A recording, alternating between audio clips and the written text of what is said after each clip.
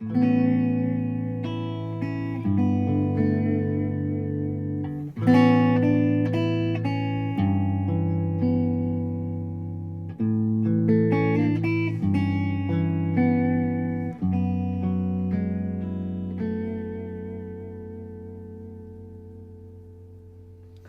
how you doing? Justin here. In this lesson today, we're going to be talking about neck vibrato. And what I mean by neck vibrato is not kind of shaking your neck around, it's shaking the guitar neck around. This is unashamedly a technique that I stole from a fantastic guitar player called Jim Campilongo. If you've not come across Jim's guitar playing before, you definitely want to check it out, because in my book, he's one of the best guitar players around. And I did an interview with him. And he was shaking the guitar neck around while he was playing. And I'd often seen people doing that, but it didn't have the same effect as what he was doing. And so I spent quite a bit of time playing with this idea when I got back to the UK. And I'm going to share with you what I learned. And basically, often you'll see guitar players playing guitar and moving the headstock of the guitar around, but it doesn't really do anything. So if I just move the headstock around and play an A chord, not really anything going on with the sound there, right? But what I noticed Jim was doing, and he actually mentions it in the interview as well, is holding the guitar really hard. Like you're really concentrating on holding the body of the instrument tight. And when you do it then and you force the neck around, you can get a really lovely vibrato. So not holding the body, nothing happens. Hold tight onto the body. So you're actually pushing and pulling the neck backwards and forwards. Now, before we go any further into this, I want to put a little disclaimer on here, because I'm sure that if you did this too hard, you could snap the neck of your instrument. So be careful. This particular guitar is one of my most valuable guitars, both sentimentally and price tag wise, and I'm happy to do it on that. It's a Telecaster, and Telecasters are kind of built tough, you know. So on Telecasters and Strats, I have no worries about doing it at all. I do it on other Gibson guitars as well. Les Pauls generally seem pretty sturdy to me, but the 335, I'm not going to kind of give it quite as hard. Definitely on like Ibanez type guitars where they have a really thin neck, you want to be careful doing this sort of technique. It still works, but you just have to be a bit more gentle with it. So I'm not going to take responsibility for you going, oh yeah, I'm going to do this on my guitar, smack the guitar neck off, right? I think that's pretty unlikely. I've never heard of anyone doing it so hard as to make that happen, but I just wanted to put that out there to make sure that you're respectful of your instrument when you're trying out this technique.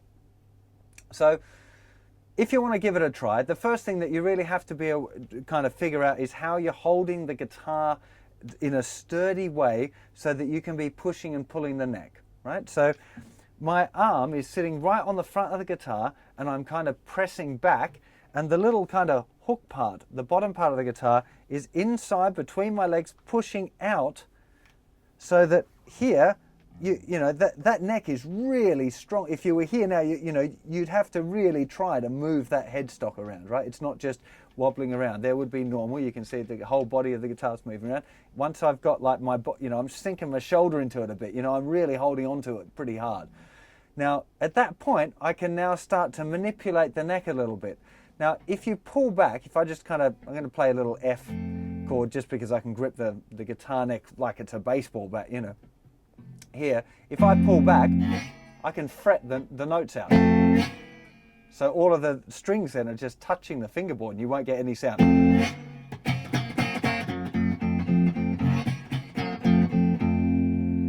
I can push it forward, and of course that's kind of pushing the neck forward and loosening the strings so the note goes down.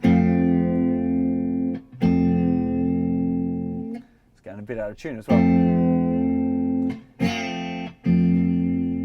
That's not the point. I was doing that to the extremes there. You don't really want to fret it out or push it far forward enough to make that effect. But what you do want is this: if you're gently pushing and pulling, you get this lovely vibrato. So if I don't, there's just the straight chord with a vibrato.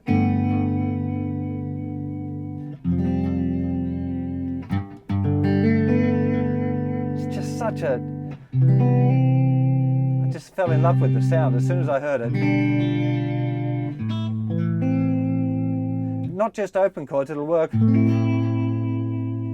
further Up the neck too.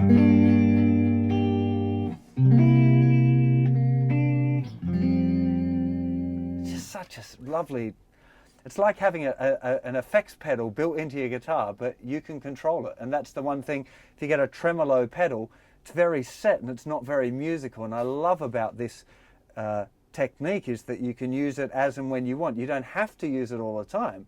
You can just be playing and then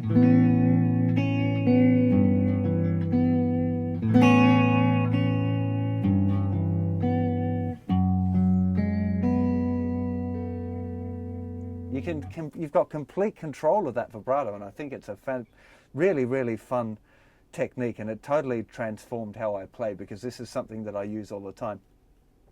Standing up is going to be a question that a lot of people ask, because when you're standing up you can't hook that you know, the part of the guitar under the leg to get that leverage there.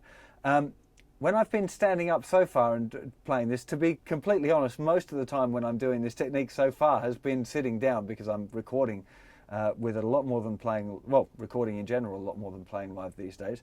But standing up, I have experimented with it a little bit. You just have to really be gripping it with this arm a lot more, and it's impossible to get as extremer action of this. Although Jim seems to do it pretty good when he's standing up, but I've not been able to get the same kind of extreme motion in this technique standing up as I have sitting down. But I'm working on it, and as I go out on tour more in the next couple of years, I'm going to have to develop it, because this is something that's becoming part of my guitar technique pretty solidly. So I'm sure you'll get a whole lot of use out of this technique if you spend the time to master it. The one thing that I'd really, really recommend, as I've said, is just be respectful of your instrument. Don't go yanking on your instrument too hard right at the beginning. It's generally not a good idea that way.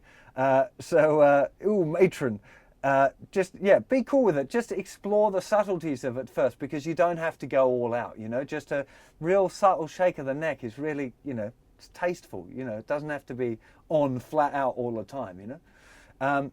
So enjoy that, and I'll see you for another lesson or song very soon. Take care of yourselves. Bye-bye.